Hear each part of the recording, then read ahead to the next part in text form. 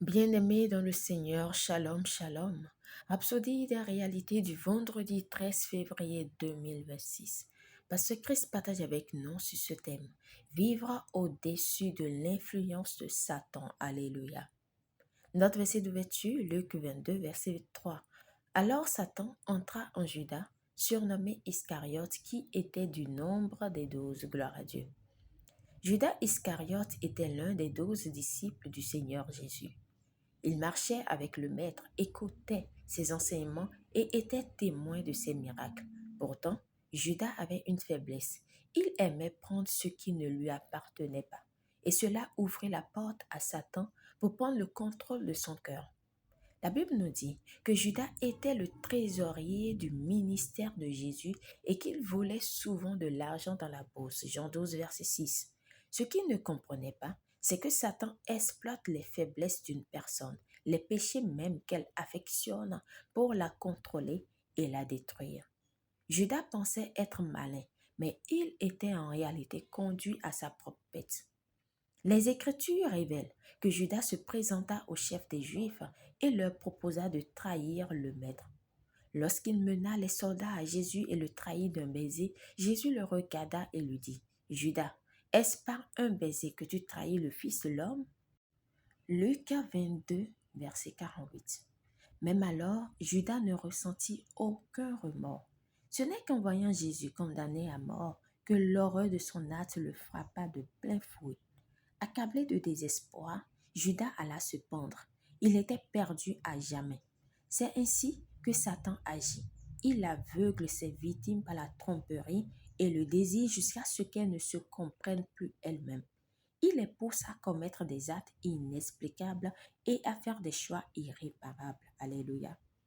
Judas n'a jamais eu l'intention de devenir un meurtrier.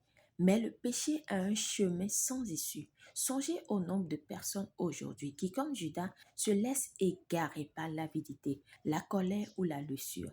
Nombreux sont les meurtriers, les voleurs et les hommes violents qui ont une famille, des parents ou des enfants qu'ils aiment. Pourtant, ils commettent l'impensable et se demandent ensuite pourquoi ai-je fait cela?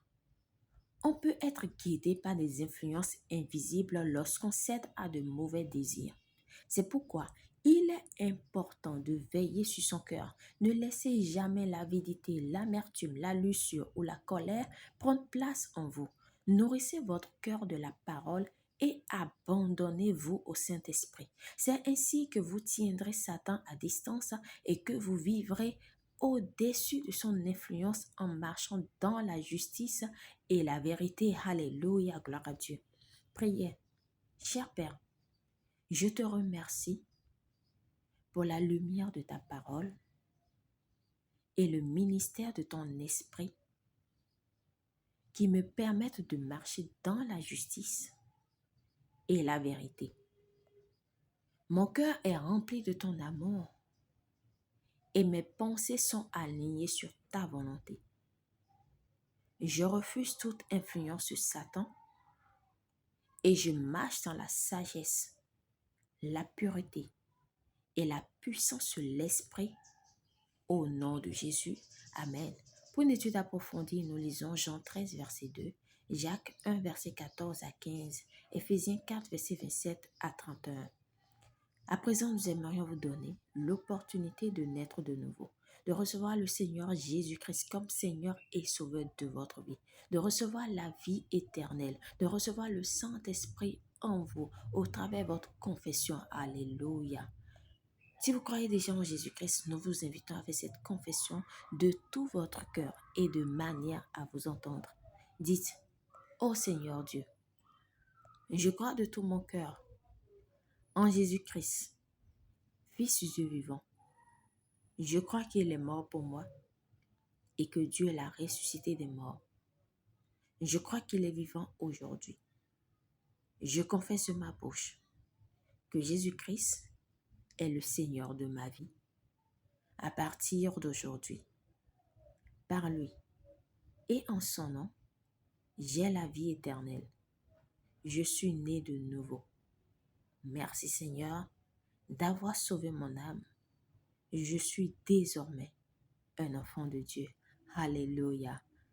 Félicitations si vous avez fait cette prière, vous êtes désormais un enfant de Dieu. Alléluia.